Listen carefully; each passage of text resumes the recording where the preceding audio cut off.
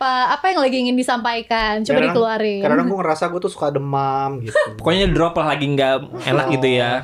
Terus langsung dipatahkan sama dia. Enggak, soalnya dia tuh ya. Aduh, gue Gitu semangat ya. banget bahas ini. Soalnya tuh dia ya. Soalnya dia sering banget ngerasa lagi demam gitu. Tapi sebenarnya nggak demam. Sampai suatu hari kita tuh pernah lagi ke rumah sakit mau check up, terus dia kayak abis ukur-ukur suhu, tensi apa segala macam gitu kan. Terus kita duduk, dia kayak, sayang aku kayak, aduh aku Demam. lemes banget nih, Iya, aku drop demam lah nih. gitu ya. Iya, aku demam nih.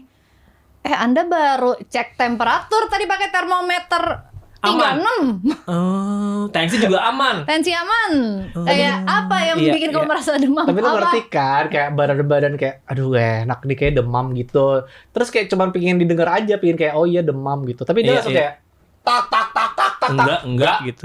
Gue langsung kayak, iya enggak gitu. Tapi kan emang bener enggak? Tapi tujuannya apa? Ya manja aja ya. Ya pengen ngeluh aja om. Manja aja. Tapi Kayak- demam.